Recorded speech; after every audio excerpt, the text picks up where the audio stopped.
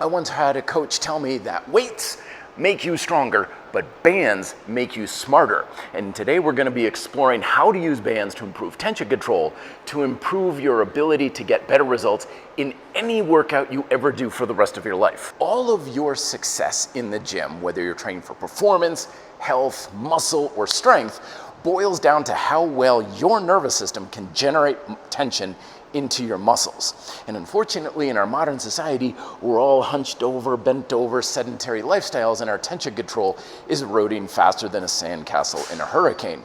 This is why when you use bands or isometrics to improve your tension control, it carries over to more effective, safer, and more satisfying workouts for the rest of your life in everything you ever do.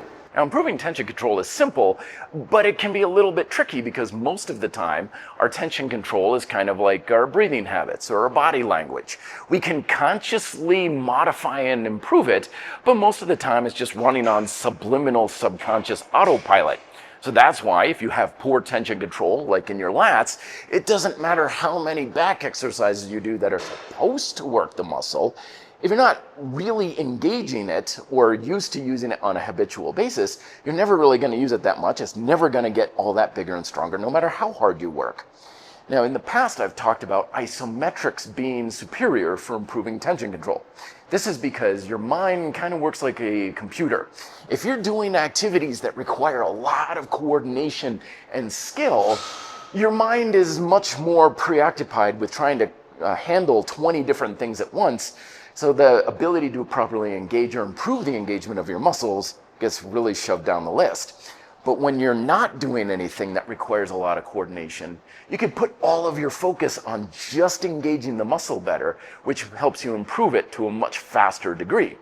Now, also with isometrics in the past, I've used overcoming isometrics. This is where you're pushing and pulling against an immovable object. This is fantastic for improving tension control because you're always regulating how much tension is in the muscle by your neural drive. It's also vastly superior for generating strength. But when it comes to improving tension control with bands, there are some distinct advantages. The first of which is being able to regulate the amount of resistance that we're working with. Now, when it comes to improving tension control, you don't need a lot of resistance because the tension you're trying to generate is coming from your neural demand. You're literally just trying to flex the muscle harder. So you don't need a lot of resistance. This isn't about building strength and muscle. It's just about getting the muscle to fire better. So when we're using the bands, we can say, okay, I got a little more resistance, got a little bit more. You can really regulate how you're using the resistance, which only needs to be a little bit. You're not going to need a lot of resistance to engage the muscles hard. You just need some in order to place some force against your working muscles. Also with bands is we have the ability to move, because when we have tension control, we can have a good amount of practice in one position, but we need to be able to control our attention through the full range of motion. And bands make it a lot easier to do this because I can have a good lat activation at one point in my row, also at the full extension, so isometrics at both ends, and then I can easily start to move into a dynamic fashion to see if I can still generate and control the tension in the muscle with movement, and that helps it carry over to the actual strength training exercises you're going to do later on. The first isometric we're going to be exploring is all for the push chain, our chest, shoulders, and triceps. One of the most basic ways to do this is with a banded chest press. We're going to loop a band across our back like so, just above our shoulders, and we're going to practice generating tension in both the top and bottom position of a classic horizontal press. So the first position is here, where we have our hands close to our chest, kind of at the bottom of a bench press or at the bottom of a push-up, and I'm focusing on contracting my chest, shoulders, and triceps while putting a little bit of forward press into the straps. That's position one. Position two is all the way out, once again, generating tension in the chest, feeling like I'm squeezing my hands close together, contracting my shoulders and my chest very hard, triceps as well, rather, and just practicing isometrically flexing the muscles. It doesn't need to be as much tension as possible, it just needs to be some tension. And if you're practicing this and you're thinking, how do I know if the muscles are contracting or I don't really feel it, that's definitely a sign we need to have this kind of practice, because that means the tension generation during the actual exercises is definitely going to be fairly low. And then once we have that practice, then we can just get some gentle chest press motions, focusing on generating that tension constantly from top to bottom. Lots of times when people do this exercise, they'll have tension at one point and then they'll just relax one muscle or all the muscles at the other point. So you have kind of like this glass half empty, half full thing. So by generating tension throughout the motion, you're creating a lot more control and stability in your joints, and also creating a much stronger stimulus for building muscle and strength. The standing single chest fly is a great way to ensure engagement in the pectorals, where you stand sideways to the anchor point, something that's anchored roughly about chest height. And I'm physically tensing my chest, making sure my shoulders are packed down at position 1, position 2, back and forth. And you probably have a good amount of engagement here, but then you lose it here. So keeping tension here, shoulders down helps a lot. And then keeping tension here. Even if you lose any sort of tension on the band, still keeping tension in the muscle proactively. And then you can have some gentle, nice and easy chest flies, get a little bit of a burn in that muscle, and trying to ensure that you're proactively engaging the pectorals and your arm and your shoulder, and not just letting it release. Tension control in the triceps is often a problematic area for a lot of folks, where they won't have much tension at one point or another during their exercises, particularly with push-ups, dips, and shoulder presses. So this is our opportunity to practice engaging the triceps with an overhead press or a push down, whichever you prefer. Position 1, position 2, just holding for about 5 to 10 seconds. It's really just however amount of time you feel is sufficient, because you're practicing. You're not really trying to work the muscle here. That's what the exercises are for. This is just about the action of practicing, warming up, getting the muscle engaged. And then you can go with a dynamic back and forth.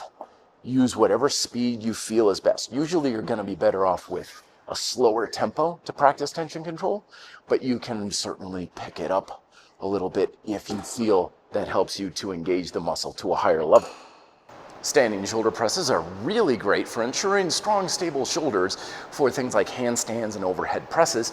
Have the band anchored to something down low, or you can just stand on the band if you prefer that. Position 1, down here.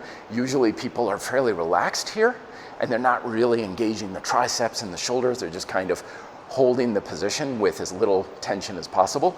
So you want to reverse that, flexing the tricep and the shoulder. And if you don't feel it, that's perfectly fine. Just keep trying. Tension control is one of those things that improves. The more you try it, eventually it just improves on its own. And then position 2, again, triceps, shoulders, upper back, chest as well. And then just going back and forth, holding, flexing. Make sure that you're flexing the working muscles, but it doesn't need to be tension throughout the whole body. You want to not isolate, but localize the tension, so that way you are engaging the muscles, but not compromising your body through just general systematic fatigue. And then you can have smooth, complete tension control, top to bottom. We touched on rows earlier, but this is ideal for our pull chain here, where you're keeping tension in your biceps, the back of your shoulders, but most importantly, your lats. A lot of folks have trouble engaging their lats properly. So we're gonna start in position 1 here. Biceps are engaged. You may feel it's best if you have an overhand or underhand grip or neutral, and you're gonna squeeze your arm in towards your side. Remember, your lats contract everything towards your spine. So I'm pulling everything in, arm is tight, right lat is engaged. Of course, you can use both hands at the same time, or using 2 bands, either way. Sometimes it's easier to improve tension control when you work on one side versus the other. Also helps you to identify discrepancies, like, oh, I've got more engagement on my right than my left, and then you can even things out. Again, just trying to have tension control will be the key. And then also here, I'm not relaxing. Arm is tense, lats are engaged as well. So position 1, position 2. Note if you have better control and contractile ability at one position than the other. And then of course, dynamically going between the two. And anytime you're doing something on a unilateral, of course, you want to do just as much work on the other side. Of course, the complement to the row is a vertical pulling motion, like in this case, lat pull downs, pull-ups, and the like. So what we're going to do here is have our band from a high anchor point, and I'm getting relatively low. I'm here on my knees and trying to go position 1. This is where it's easiest to keep the back and the biceps engaged. Remember, with chain training, when we're engaging our chains, we don't want to feel like it's all that different from one exercise to the next. So this feels pretty much exactly like it did with the row, because fundamentally I'm still doing the same thing. Shoulder extension, using my lats to extend my shoulder, adduct towards the spine, keeping my biceps engaged, grip muscles. So I'm doing the same thing. So ideally, when tension control is pretty good, it should feel pretty much about the same. If it feels radically different, that's usually a sign you're using your muscles differently, not just that the exercise is different. So position 1, position 2. You can play around with angles here. You can go straight up overhead, which is usually harder for folks to engage a muscle in an elongated position. So if you're like, can't get the lats engaged here, well, maybe bring it down just a bit. See if that can help. So you just go between the two positions here. Bands allow you to kind of choke up a little bit to get your positioning right and the resistance right. And you go back and forth between the two back biceps. Play around with rotation as well with some techniques. That may help to really kind of set more stability into your shoulders and improve tension control there as well. If you're really having trouble engaging your lats properly and you feel like when you do rows and pull-ups, it's all in your arms, then straight arm pull-downs are the way to go. The old bodybuilding technique, similar to dumbbell or barbell pullovers. People do this now with cables, but bands are helpful for this. So we're just pulling straight down, again, squeezing the shoulders down and back. I'm trying to effectively pull my back tight using my lats, so it's not hunched up and open, but squeezing in. You want to feel like you're squeezing lemons in your armpits. Holding down low, lats are engaged, and then can you do it up here as well? That's always the litmus test. A lot of people have good lat activation at the top of a pull-up, but then they just go in dead hang, which means they're losing their tension at the bottom. They have poor tension control. So can you have some tension here and here? It's natural to have more tension, of course, when the band stretches out because you have more resistance. And that's fine. You're not looking for a ton of tension. You're just looking for some tension, some engagement in the top position. And then can you maintain tension in the lats throughout the range of motion? Rear flies are a classic banded exercise, really good for warming up the upper back before your workouts. And bands help a lot with this, with range of motion. But usually when this is done, it's practiced where you've got the arms out and you got tension here and then you release it. So with tension control exercises, you're going to have position 1, where you're using all the muscles in your traps, your shoulders, even a little in your triceps. And then as you come out, you're not going to lose all of the resistance, just holding a little bit and maintaining tension in those back muscles here. And then you have more tension because the band stretches resistance here. You can practice with different angles. And you can also practice with different amounts of the band, so you have more resistance. Don't worry too much about a big range for this. That's more in the exercises themselves. It's more just, can you have tension at points 1 and 2 and everywhere in between? Usually people feel they don't need a lot of tension control improvement with bicep curls because, well, let's face it, we're always just kind of doing this as guys showing off muscle and making a muscle and all that. So most folks find that they don't lack tension control in their biceps because they're always flexing it. However, that's usually the case for biceps when they're in a shortened position. Different story when things get elongated. Remember, it's usually harder to engage a muscle in an elongated position, and that's what we're going to practice here. Position 1, yep, definitely tension in the bicep, but can you have tension here Because otherwise, again, with things like pull-ups and you get that dead hang, you're losing your tension control. So you want to have tension here as well, and practicing it here. And then can you maintain tension throughout? Really helpful for establishing more stability in that elbow joint. If you have that twing in your elbow, that's lack of tension control in your back, but sometimes also the biceps. Because when your arms go straight and you lose tension here, then all of that force tends to go into the sensitive tissues in around the joint. So having tension here, here, and everywhere in between. Now, squat chain tension control can be certainly improved without a band because we're generally working against the resistance against gravity just through our movement of our body weight, but the band can give you a little bit more feedback when it comes to your tension control at the top and the bottom position. So what we're going to do is stand on the band, roughly about shoulder width, maybe a little bit more than that, and you can either hold onto the band or you can slap it over your shoulders. And this gives us some stability also in our hips. So position 1 is in the bottom here. I'm focusing on generating tension in my quads and my glutes and my calves. A lot of people have trouble properly engaging their glutes, especially into a deep squat. And this is how you can fix that. You're saying, oh, again, I don't feel it in the muscle. Well, that means there's not much tension in the muscle. So we practice engaging the glutes, quads, calves, getting everything synergistically working together. And then position 2 is here at the top. Quads are on, glutes typically easier to engage because they're shortened here, but also calves. Don't forget your calves here, kind of clawing on the floor with the toes. You just want the whole chain to be working as a cohesive unit. It's not about isolating tension in one or two muscle groups. It's getting everything working together. Engaging fully, high tension, and then of course, smooth and controlled. You can do that with a squat.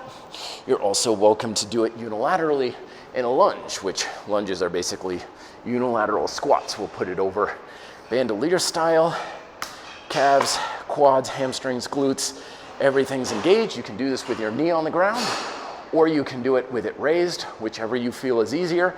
With the knee raised, you're gonna have more resistance on that leg.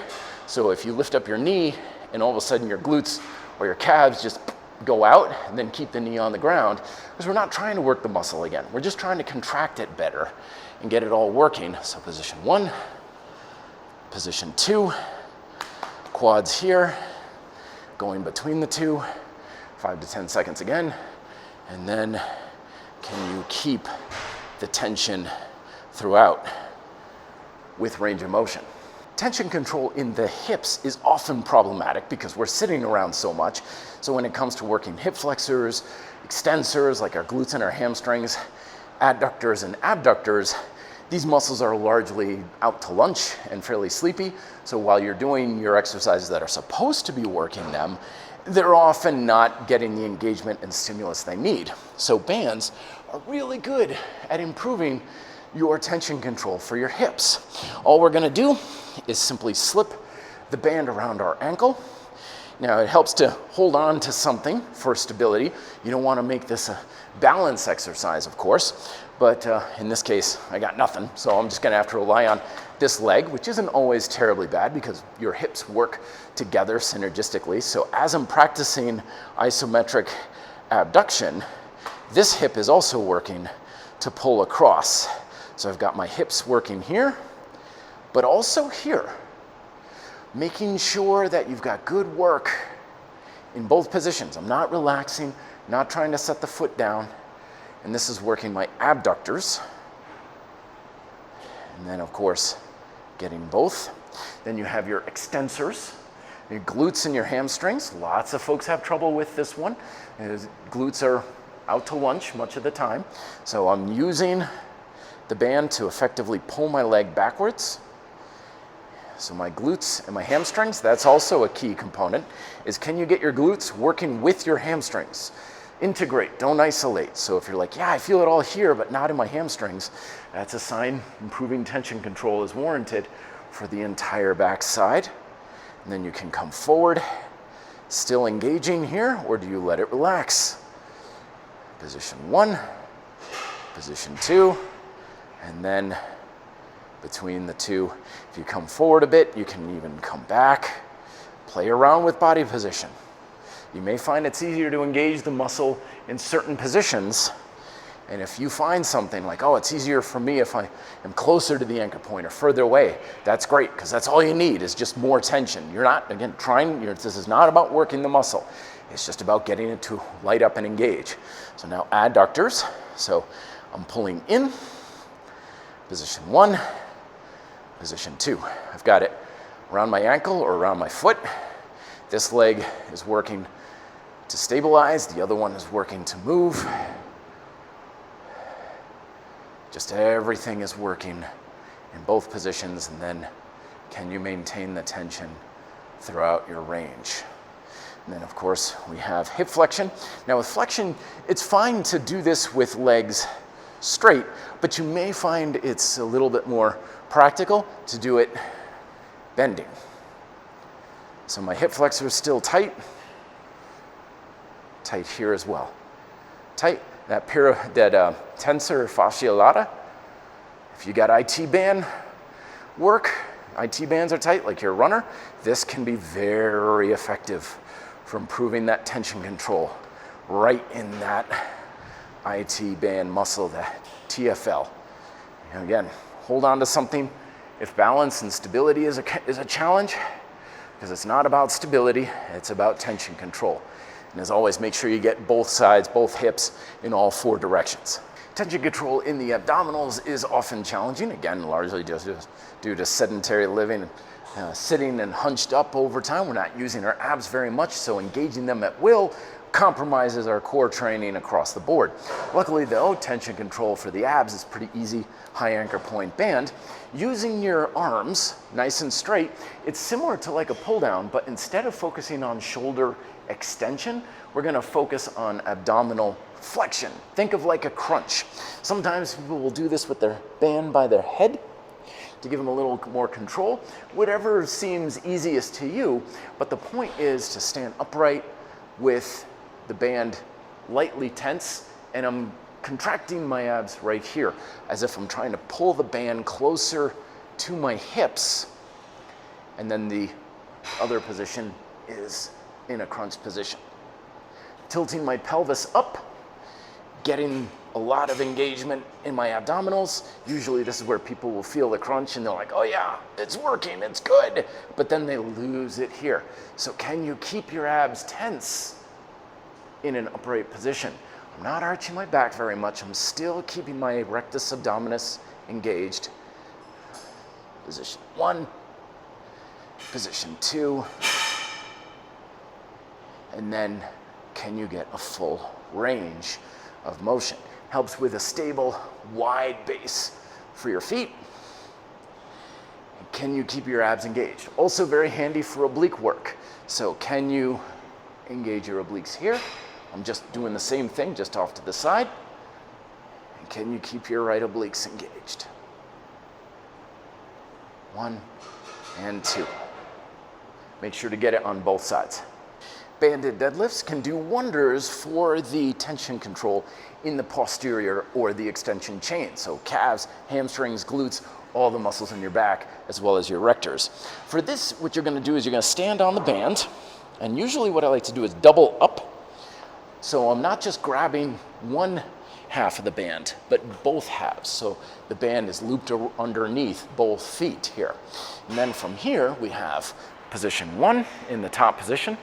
For the deadlift, glutes, hamstrings, my back is tight, still squeezing those lats, arms are engaged. And then you have position 2. Wherever you feel, this may be a little more subjective to you. Some people, they're good with tension in the very top position and they lose it the second they start going down.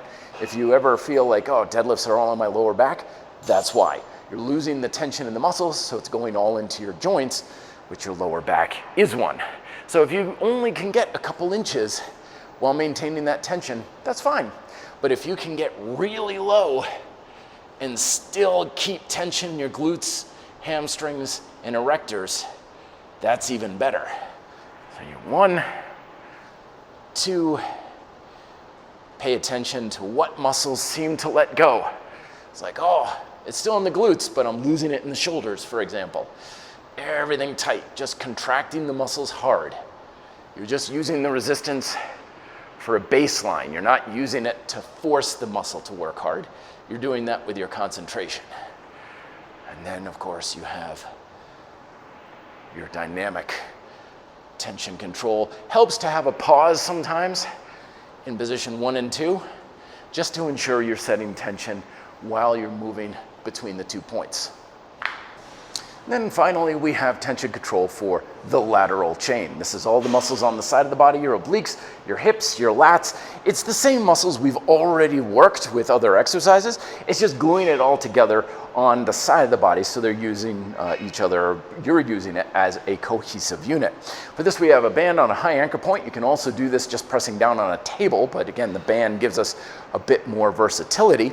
I'm gonna stand all my weight on the left leg. I know you can't see it, it's out of camera right here, but all my weight is on the left leg. That way my left hip is working really hard, and I'm effectively trying to bring my hand and my foot closer together. So I'm trying to basically pull down and tilt. And position 1 is all the way down. Position 2, usually you're gonna have a pretty good contraction here, but can you keep the muscles engaged up top here? You can choke up on the band a little bit if you like, and really get a good range. Making sure the side of the leg is working. Your lats, this is a good way to also make sure you're not hunching forward. You want to feel your lat on that side working very hard. All the muscles along your spine. This is one of the best ways to ensure you have tension going along the side of your body and not into your lower back as well. Arm is tense, shoulders, back, and having both position 1, position 2. It's not a big movement. It doesn't need to be. Most of our lateral chain work is isometric in nature anyway, but just getting a little bit of tension control at various points goes a long way at improving your lateral chain stability, strength, and control. Use these exercises as an effective warm-up to light up your nervous system before you do your main exercises, which we'll explore in the next chapter. But it's also good to just kind of practice with these things if you've got aches and pains, you wake up with a stiff lower back, or you just want to get the energy flowing through your body and feeling a little bit more spry before you go out for that run. And most importantly, remember that tension control is a skill. You can always get better. It's not a black and white thing of you either have it or you don't. It's always something that we can improve upon so that our tension generation goes to a higher level with our exercises as well as these tension control exercises. And it's also subject to change. Sometimes you can feel like, yeah, I got tons of tension control in my lats, but then over time it seems to erode through just habits or more sedentary living, what have you, and it's like, oh, now I don't have as much control anymore. That's perfectly fine. It's always changing, it's improving, it's eroding to some degree. That's why engaging in these exercises for your warm-ups or your off days can go a long way in ensuring your tension control is very high and not eroding, and it's always going to result in better workouts. And also with the idea of practice, remember, it's not about what's the appropriate routine, how long should I do this for, how many sets and reps, just do it. The great thing about tension control is it improves with practice of any sort, of any degree to any length. So feel it out, just make sure that if you're using this as a warm-up, it's not burning you out and you're leaving your muscles kind of exhausted before you do your actual workout. So just getting a light burn, feeling like it's energized and woken up, and then go into the exercises we'll explore in the next section. Be fit and live free.